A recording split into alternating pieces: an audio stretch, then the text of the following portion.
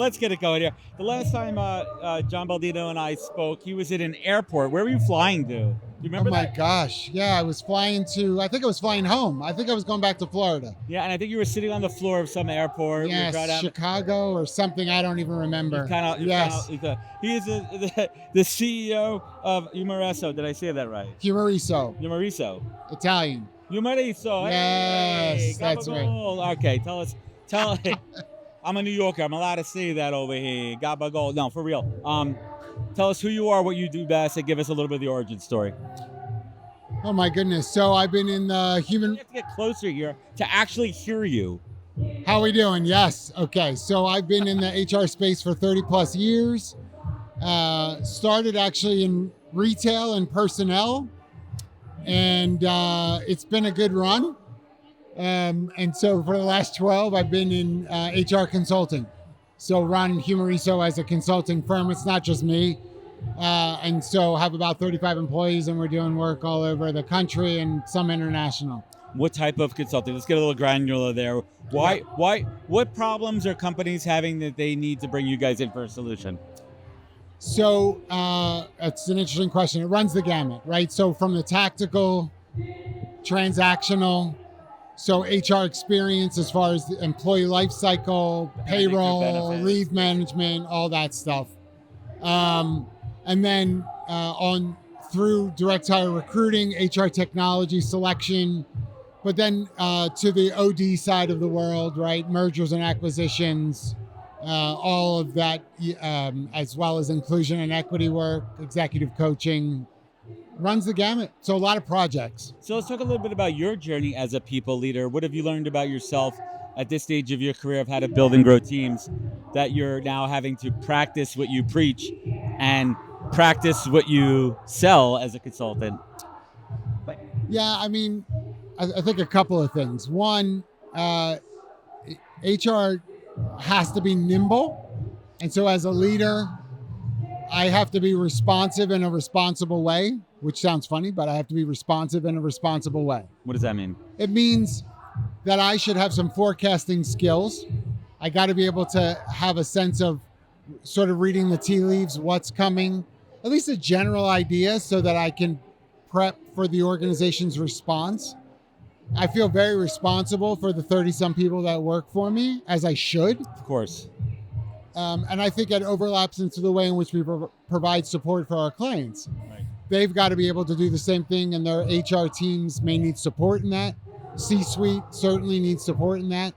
So I would say that activates a lot for me. Well, it's interesting you say that because you emphasize the importance of embracing the past for a healthier future. Yeah. And I think that mindset really plays into that. But when you say that, I mean, I have it in bold here for a reason. Why does that statement, hit so deep with you? Because I think that there are a lot of people, and I mean this broadly, there's a lot of people who are mired by the past. And so they may have learned some things from it, but they stay there. So you'll talk to be very practical, you'll talk to HR leaders, and they're talking about things from 20 years ago and what they learned from that 20 years ago, but they really haven't really grown from 20 years ago. They're not, okay, so now as a result of knowing that, what does today look like? Exactly. And that's a skill set. So And so to look to the future, we have to teach people how to do that. Yeah, absolutely too. So let's kind of talk about that for a little bit from a tactical perspective. The whole concept of remote work. How have you been working with clients? And we're not looking for any specific name and shame here, but like some of those kind of old stalwart kind of clients that had a real trouble pivoting at the beginning of COVID. Yeah. And how some of them embrace it for a positive, and how some of them have not, and they've unfortunately faltered. I think, first of all, HR has done a disservice to some organizations because we've created sort of a caste system. Jobs that allow you to work remotely are better than jobs that don't allow you to work remotely. Let's pause on that for a second. That's such a...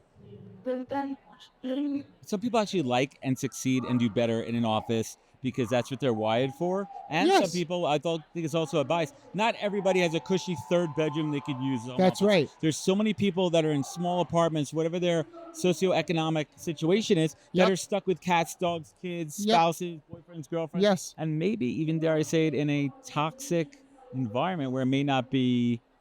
They don't want you to come into their home. Exactly. And that has to be okay. Listen, it was different when the pandemic was first, on us. Right. March of 2020, everyone just sort of went into responsive mode. Just was what it was. As we should have. But 2 years later, 3 years later, 4 years later, at some point it's like some of those jobs have to be done in person. It cracks me up when I talk to HR leaders and they're like, no. If we're going to find good talent, it has to be a distributed workforce. And I'm like, okay, can I ask you a question? Yes. What happened for dinner last night for you? Oh my gosh, I got home late. And so I did DoorDash. And I'm like, ask the people at DoorDash if they can work remotely. Yeah. They got to go to the restaurant that you're not going to. Right. They're putting themselves at risk. That's right. And so to make it sound like some jobs are better than others is a wrong way to do it. And I think we're suffering a little because we did that. It's a really unique, because I call it the recal. First, it was a great resignation, which I really didn't buy into. Yeah. I didn't buy into that. But what I call this time right now, and I think we had this conversation, I call this a great recalibration. A couple things are happening out there. Binge hiring, cheap money, massive layoffs, folks that were getting these exorbitant salaries were so over the top. And now we're getting to a point now where everyone's kind of getting back on track here. Yep. And they're not getting those salaries. And they're like, you know what? And you want me to come back to the office? What are you seeing out there? Yeah, I mean, but I will also take a step back, though, to say if it's down to an antagonism, there's a lot of other issues happening there as well. So if it's a, well, you owe me if I'm coming to the office, that work relationship was already built on something too transactional. There was not space for transformative interaction. And so if you've got somebody at that level, quite frankly, I would tell them, yep, we do want you to come back. If that's not for you, we totally understand. I wouldn't put a lot of time into it. Let them go and find their thing. Yeah. From a hot take perspective, trend-wise, what gets you excited these days? It's very broad. I mean, listen. I mean, tons. You could put your finger in the air right here at this event and conference and see what's happening out there. There's a ton of stuff that gets me excited. I would say two things. One, I'm not afraid of generative AI. And we're going to work with it, not against it. That's right. And I think, quite frankly, there's some HR practitioners who are in a department of one who need that help. And so let's not, get it twisted that it's taking jobs away from people. Listen, we got 9 million jobs available, 6.3 million people on unemployment. We don't have enough people to work all the open jobs. We have to figure out other ways to do things. Right. And you know what? If some people aren't going to take the jobs, we got to figure out a way to get that function done. Yes. Yeah, and the other thing I think that gets me excited is there's a lot of space for innovation, which I know sounds sort of like trite, but what I mean by that is, like, we're here at Transform. You could go up to half a dozen people and talk about, if you had this problem to solve, what are the ways in which you might approach it? There's some rich responses coming from that question. So much knowledge. And so that allows for innovation to be, activated and responded to and put into place. And so we're in a good time for that because people are hungry to see, how can we do things differently? How do we do things better? So I'm a little bit almost thankful for the pandemic in that regard, because it costs a lot of companies to have corporate self-awareness. And those that are recognizing that are the ability to transform, pun intended. Yep. And the rest of them are kind of going to be a dying breed. What scares you? What keeps you up at night? Well, I think companies that are unwise about compliance. I mean, we have a distributed workforce. We're still running into companies that are like, yeah, this is what we do. And I'm like, you have 3 people working in California. They're like, yeah. I'm like, you can't do that in California. They have some major tax and compliance laws going on. I mean, tons. And I know that sounds silly, but honestly, it's the compliance components that will undo your best efforts in creativity and culture. Yeah. It'll all come apart. It's interesting. So we're going to wrap it up here, and I'm going to ask you, it's a question. I actually haven't asked this question yet today, but I ask this on every podcast. You're a scholar, gentleman, a worldly man. What is the single greatest piece of advice that you've ever received that you take action on every day? could be a mantra, something you wake up saying. Yeah, that gets you- easy. Choose your battles. My wife says that to me every day. Choose your battles. And I heard that when I was in college, and it hit me because a big part of it is because I needed to prove myself, and so everything was a battle because I wanted to be heard, and no one was going, because I felt like I was stifled a bit growing up, and so when I was in college, I was like, hey, everybody's going to listen to me, and so I was antagonistic.